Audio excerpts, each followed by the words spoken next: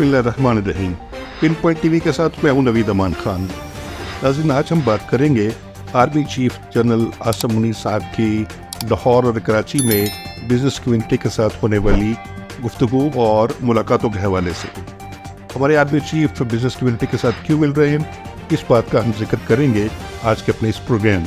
Army chief का या establishment का काम तो बहरहाल मुल्क की सरहदों की हिफाजत करना है, लेकिन हमारे आर्मी चीफ बिज़नेस कम्युनिटी से मुलाकातें करते हैं, उनसे कंसर्न शो करते हैं, उनसे मशवरे लेते हैं। उनका ये कंसर्न है कि मुल्क में इकोनॉमी को कैसे बेहतर किया जाए। ऐसा क्यों हो रहा है, ये उनका मैंडेट है या नहीं है, इस पर बात करते हैं आज। मेरा ये ख्याल है कि ये उनका मैंडेट नहीं है, ये मैंडेट है सियासतदानों का, हुक्मरानों का, और जो भी प्राइम मिनिस्टर हो उसको इस बात का कंसर्न शो करना चाहिए कि मुल्क में इकोनॉमी को कैसे बेहतर किया जाएगा। लेकिन ये सिर्फ आसिम मुनीर साहब की बात ही नहीं है। इनसे जो पहले आर्मी चीफ थे जनरल कमर जावेद बाजवा साहब, वो भी इमरान खान साहब की गवर्नमेंट में अपना इसी तरीके का अमल दखल रखते थे, और जहाँ कहीं भी इमरान खान साहब की गवर्नमेंट फंसती थी या उन्हें किसी मदद की ज़रूरत होती थी, चाहे वो पार्लियामेंट के अंदर हो, पार्लियामेंट के बाहर हो, मुल्क से भी बाहर हो, और या वो मुल्क के माली मामलात के हवाले से ही क्यों ना हो, तो कमर जावेद बाजवा साहब दूसरे मुल्कों के दौरे भी करते थे। वो दूसरी मुल्कों की हुकूमतों से गुफ्तो शरीक भी करते थे, उन्हें कायल भी करते थे, और इमरान खान साहब के लिए फंड्स का बंदोबस्त भी करते थे। यानी वो जो तमाम निज़ाम हुकूमत था इमरान खान साहब का, वो बाजवा साहब और फिर उनके साथी जनरल फैज़ हमीद साहब चला रहे थे। उसके बाद शहबाज शरीफ साहब ने हुकूमत संभाली, तो शहबाज शरीफ साहब के दौर में भी हमने शहबाज शरीफ साहब की हुकूमत को मुअत्तल ही देखा। उसमें भी हमने उन्हें आसिम मुनीर साहब की खुशामदें करते हुए ही देखा और सुना, जबकि उनकी तमाम तर तवज्जो मुल्क के मामलात को संभालने में और उसको बेहतर करने में होनी चाहिए थी। लेकिन हमने देखा कि वो तमाम तर काम का क्रेडिट आसिम मुनीर साहब को देते रहे, और वो ये कहते रहे, छोटे छोटे काम भी वो कहते रहे कि इसमें उनका इनपुट है और उनकी वजह से ये तकमील को पहुँचा। तो मैं ये पूछता हूँ कि अगर इमरान खान साहब के काम बाजवा साहब करते थे, और अगर शहबाज शरीफ साहब के काम आसिम मुनीर साहब करते थे, तो फिर इमरान खान साहब और शहबाज शरीफ साहब क्या करते थे अपनी हुकूमतों के दौरान? वो प्राइम मिनिस्टर थे, और क्या पाकिस्तान के प्राइम मिनिस्टर इतने बेबस हैं और इतने नाअहल हैं, इतने इनकॉम्पिटेंट हैं, अपनी हुकूमत नहीं चला सकते और अपनी हुकूमत के मामलात नहीं संभाल सकते और आवाम को रिलीफ नहीं दे सकते? तो इमरान खान साहब के दौर में बाजवा साहब उनके लिए दूसरे मुल्कों में दौरे कर कर के पैसों का बंदोबस्त करते थे और इकोनॉमी को सहारा देने की कोशिश करते थे।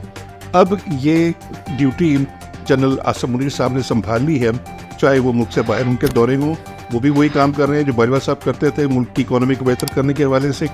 और मुल्क के अंदर भी जो काम प्राइम मिनिस्टर का होना चाहिए, चाहे वो निगरान प्राइम मिनिस्टर ही क्यों ना हो, उनका काम है कि वो मुख्तलिफ कम्यूनिटीज़ के साथ रास्ते में रहें और उनके साथ वो निगोशिएट करें, उनको एतमाद में लें, और उनके लिए जो कारोबार में आसानियाँ पैदा करनी हैं और जो कारोबार की फ़िज़ा पैदा करनी है, तिजारत की फ़िज़ा पैदा करनी है, वो एक प्राइम मिनिस्टर का मैंडेट होता है।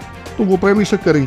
जो अनवारुल काकर साहब हैं, वो बिजली के बिलों के हवाले से कोई ख़ास इनपुट ना दे सके, कोई ख़ास कारकर्दगी का मुजाहरा करके आवाम को रिलीफ ना दे सके, और वो बहुत जल्दी एक्सपोज हो गए।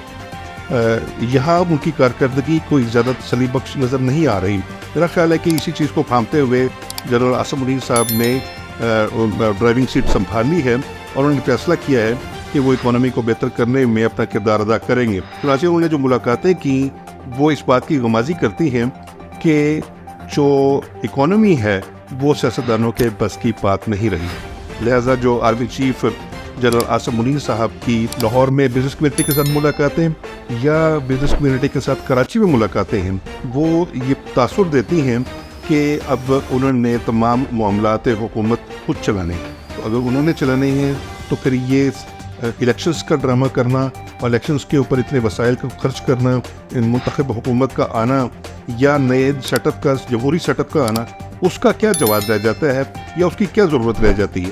अगर ऐसे ही हालात में आगे बढ़ना है तो इलेक्शंस करवाना और इस तरीके के तमाम अरेंजमेंट्स करना, वो मेरा ख्याल है कि बिला जवाज़ हैं। ये एक बहुत ही सीरियस कंसर्न है, इस पर सियासतदानों को सोचना होगा। अगर सियासतदानों ने अपने तर्ज़ अमल पर तवज्जो न की اقتدار کا جتنا بھی بچا کچا حصہ ان کے پاس اس وقت موجود ہے وہ اس سے بھی محروم ہو جائیں گے۔ آپ یہ دیکھیں کہ اس وقت اقتدار عملی طور پر عدلیہ اور اسٹیبلشمنٹ کے درمیان تقسیم ہو گیا ہے۔ جو پارلیمنٹ کا کنٹریبیوشن ہے وہ ختم ہو گیا ہے۔ پرائم منسٹر کی writ in the government and writ in the state وہ ہمیں کہیں بھی نظر نہیں آتی، چاہے وہ عمران خان ہو، چاہے وہ شہباز شریف صاحب ہوں، چاہے وہ انوار الحق کاکڑ صاحب ہوں۔ وہ حکومتیں پہلے باجوہ صاحب چلاتے تھے اور اب یہ حکومت جنرل عاصم منیر صاحب چلا رہے ہیں۔